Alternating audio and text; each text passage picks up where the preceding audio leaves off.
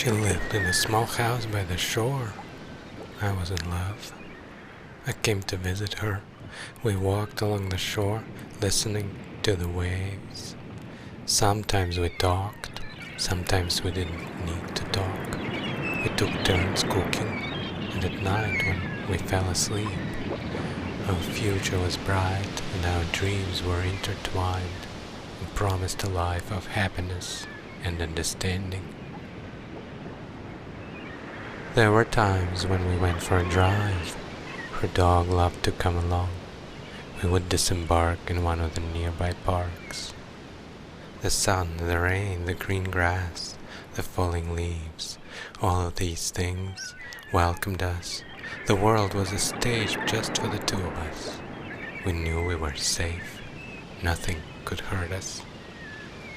I remember the hours we spent by the fire, watching the flames, with their eternal life of motion, their ability to improvise, and myriad of scenes from the past and the future. The nights would get quite cold, and we felt protected in the small circle of warmth that we had built for ourselves. Finally, she invited me to stay. "You don't have to leave," she said. "What's the point? Aren't you happy here with me?" "Yes, I am," I replied. I was truly happy. A few idyllic months followed, but oh, the strange, contradictory way in which we are built. Some time passed, and I began to miss the city. I was accustomed to its noises, its never-ending bustling life.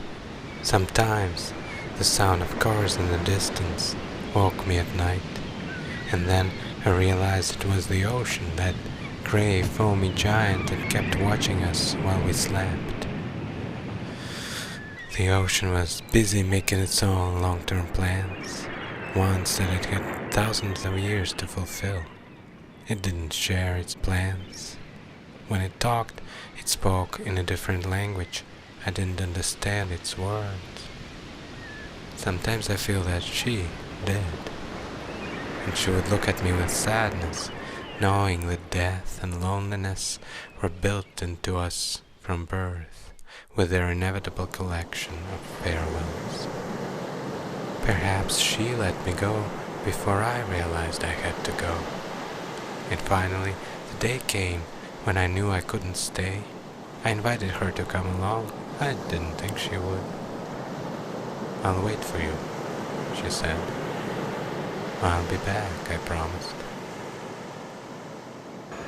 Back home, I became submerged by an avalanche of things to do, friends I had missed, calls to return, business matters to settle.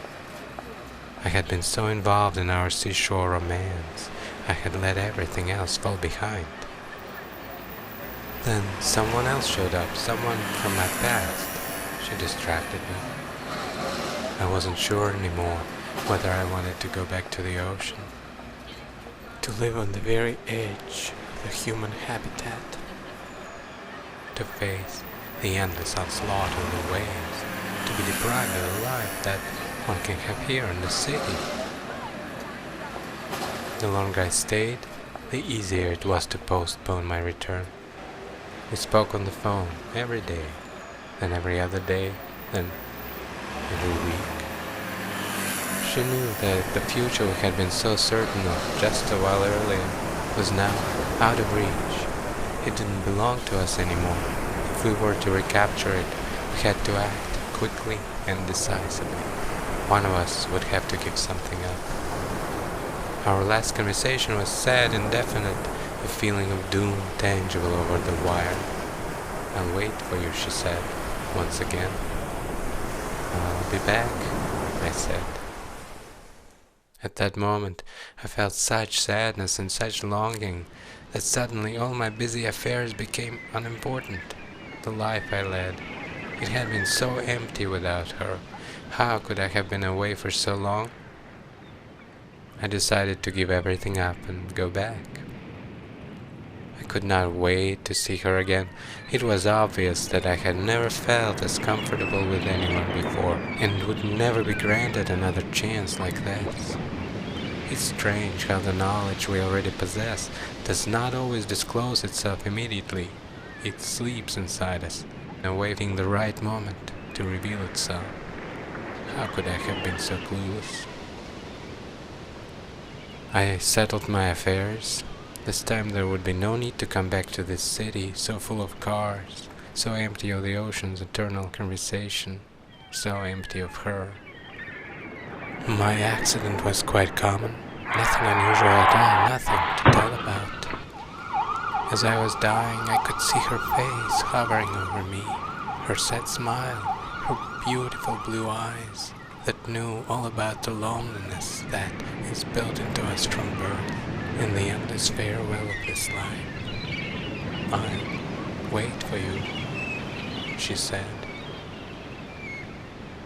Some time has passed. I hadn't told anyone how to reach her. No one let her know. In the mornings, when the mist from the ocean floats in, perhaps she's waiting for me.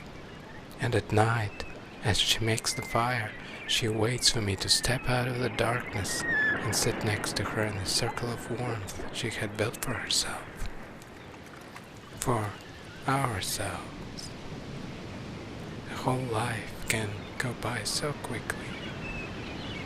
But if I could, I would have been there. She must know that. If you see her, please tell her not